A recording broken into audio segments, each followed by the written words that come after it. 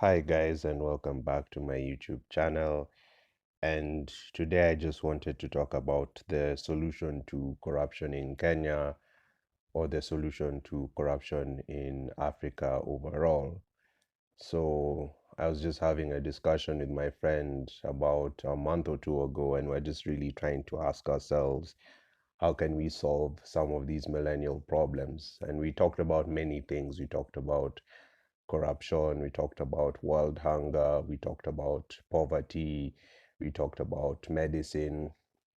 But the solution that really came up the most in terms of being the most viable was how to solve corruption. And the answer is blockchain technology. So for those of you who don't know how blockchain works, basically using cryptography, you have computers and it's very difficult to hack the computer.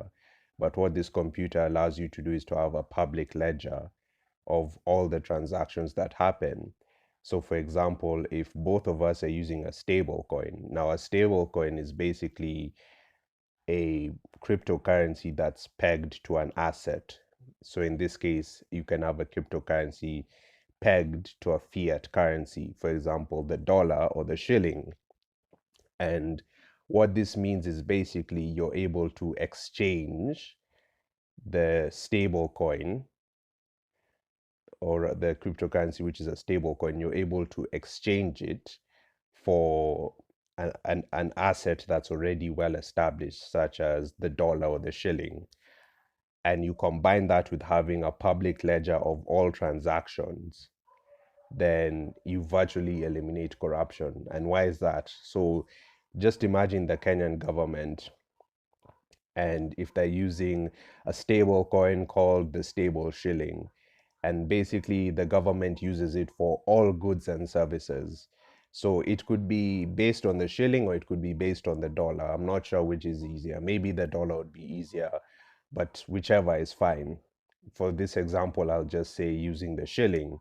So if the government wants to buy something using stable coins, then everyone who owns a stable coin gets access to the ledger.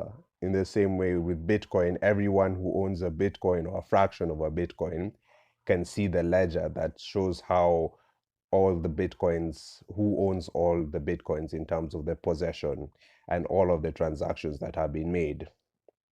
So basically, uh, with the with the ledger, if one transaction is made, so let's say the government wants to buy some vehicles from India, if they pay in that stable coin, then it'll show all the money from this account, maybe the Ministry of Transport, from that account has gone directly to the Indian account.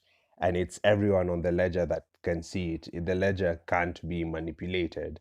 Or if the Ministry of Defense wants to buy weapons from America, then basically it'll still be the same thing. The transaction will be shown on the ledger and it's a public ledger. That's the key here. So anyone with access to the cryptocurrency can see it, with access to the stablecoin can see it. So it will be pretty revolutionary and a game changer. All goods and services, even payment of employees, of government employees, if you just pay them in the stable coin, the stable shilling, then basically you can see where the money went. If it's a big construction project that has many inputs, salaries that need to be paid, raw materials that need to be purchased, the stable coin can be used. And basically it's like an accountant's dream because everything is there on the screen. It shows you where all the money went. So when we have these big billion-dollar projects, you're able to see how each and every shilling was used because it's a ledger, a digital public ledger that cannot be hacked. So it's really quite beautiful and elegant. Now, some people have worried about security concerns, but I've tried to reassure them they're not any. Like, for example, they're like, oh, if our military uses uh, if the military uses the stable coin, then basically other countries will know what we're purchasing. Well, I highlighted to them that we already know what most militaries are comprised of in the world in terms of the number of tanks, the number of ships, the number of helicopters, the number of missiles. So such information is already public knowledge, and the military is the only sector where such secrecy would be needed because you need to combine the budget allocation with the ledger, because the ledger just tells you how, where the money was transferred to, but it doesn't tell you what was exchanged for that money. So, for example, if you have the ledger, it would probably say, 10,000 shillings went to this company, but it won't tell you what the 10,000 was spent on. Okay.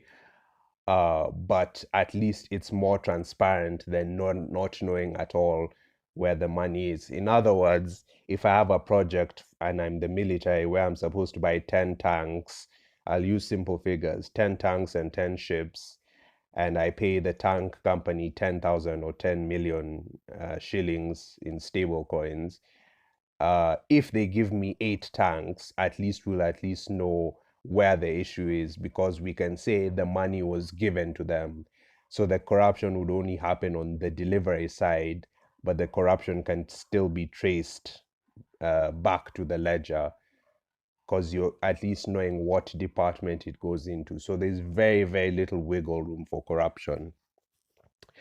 And you see, in El Salvador, they actually adopted Bitcoin as tender, meaning you can pay for everything in Bitcoin. But the problem is volatility, because the currency fluctuates so much. It's like having milk one day being 60 shillings and the next day it's 400 shillings due to the fluctuations. And that's the problem that the stable coins deal with. They deal with volatility by being pegged to an asset such as the dollar or the shilling. So you eliminate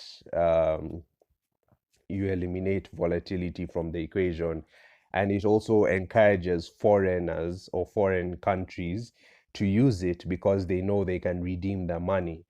If I want to buy something from the government of the UK or from USA, they can redeem the currency for either shillings or dollars. So it's more stable in that sense. And finally, uh, DRC, Cameroon, and Congo, they do have plans to implement a stable coin in the near future. It's just not in the exact capacity that I've described, but it would be a step in the right direction. Kenya, on the other hand, is thinking more of just of a digital currency, and then a long way from thinking about a stable coin. But I think this is a step in the right direction. So I don't think Kenya will lead the way. I always thought it would be a country like Rwanda, but apparently it's probably going to be Cameroon. But it's a viable solution to stop corruption on the grand scale. So no more stealing and no more bribery. Well, bribery will be a lot harder to, if you're paying government officials in stable coins, it's a lot harder to bribe. Even when you're stopped at the you're stopped and told to go to the police station for a traffic violation, you can still decide to go knowing that once you pay the fine, it's at least going to the government of Kenya, like no one is going to pocket it themselves. So there you have it, the solution to corruption in Kenya as well as the whole of Africa. It's just a matter of when will it be adopted. I don't know if the next president is going to be more open to the adoption of stable coins. I don't know if it's an issue to do with the Department of IT or the Department of Finance, because I think in other countries it's the Department of IT that's handling the transition into cryptocurrencies.